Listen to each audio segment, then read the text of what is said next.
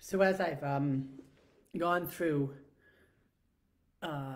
my own ideas and perceptions of right and wrong and good and bad, and what the next step is for myself in my life, for humanity in my life, or in the world, I should say.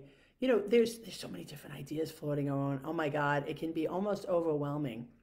And so, for example, I think what spurred this topic is that I went on Instagram and I saw a post of somebody who's got a new gig going on. I don't know if it's like a new coaching gig or a new presentation, or maybe he's writing a book or something. And I know some of this person's ideas and points of view.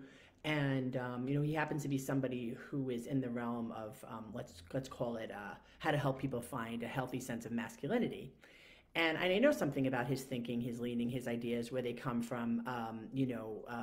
He was, I should say, a lot of his ideas came from a type of seminar that I also attended by what I consider to be a very wise man, about relationships and such.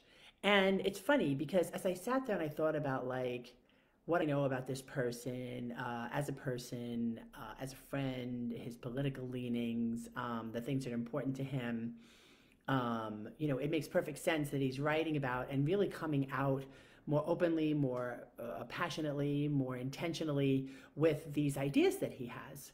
And I think that's great. And then there's people that I know that are also just as passionate and intentional, and probably think almost the opposite that he does around, let's just use the subject of masculinity, right? Because as people who have sort of been tossed around like, the transgender movement, if there's one thing it's done, at least for me as a human being, is it's enabled, empowered, asked me to question myself, and even not even question myself. Like I don't question whether or not I am either heterosexual or homosexual, or whether or not I am a man or a woman. I am a woman, and but it does ask me to question myself about how I grew up, what I was told about how to act and be as a woman, where I'm at now with some of that stuff. And so I use that as an example because I think that movement overall, what it did for not just transgender people, but for all of us, was, poked and prodded at us in a way that maybe some people didn't like. But for me, it's like, what is this movement and this energy and these people and what they're talking about that isn't necessarily my community? How does it resonate against me, or up to me or with me, and ask me about and prompt me to ask myself about things like how I express myself, and not so much that, but my masculine and feminine energies. And I think these kinds of things are important. I think for me, it's really like I did grow up sort of as what was called a tomboy. I think I'm very vibrantly feminine and very vibrantly sexual.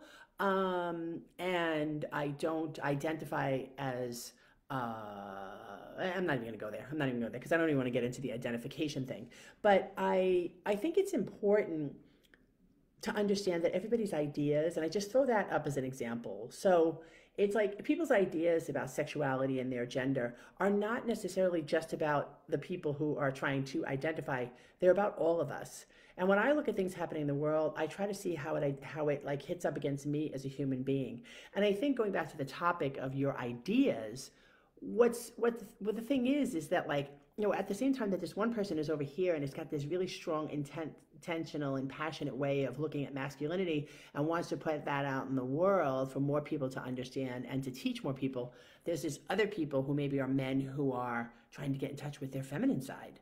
Just like in times in my life, I've tried to get in touch with my masculine side. Or in my case, what I wanted to do was just really to become more androgynous. I wanted to be able to express masculine characteristics and not feel less of a female.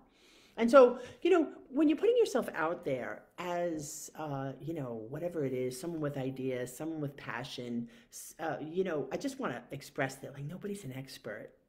It's like all the ideas that you have that you think are so wonderful and key and cool, and there's other people out there that have other ideas that just would knock all your ideas down, and it doesn't make your ideas any less true.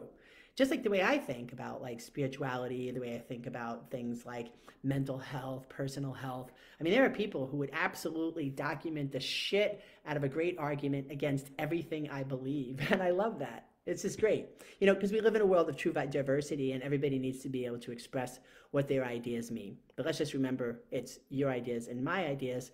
And the more we can see the common thread and they become our ideas, like a lot of us really want the same things, we're just going down different avenues. I think the more we do that, the better off we'll get along. So I don't know. I don't know if I love this topic. I don't know if I'm going to actually even keep this video up. But for now, I'm just going to sign off. I might watch it later. Thanks for joining me today, and have a great day.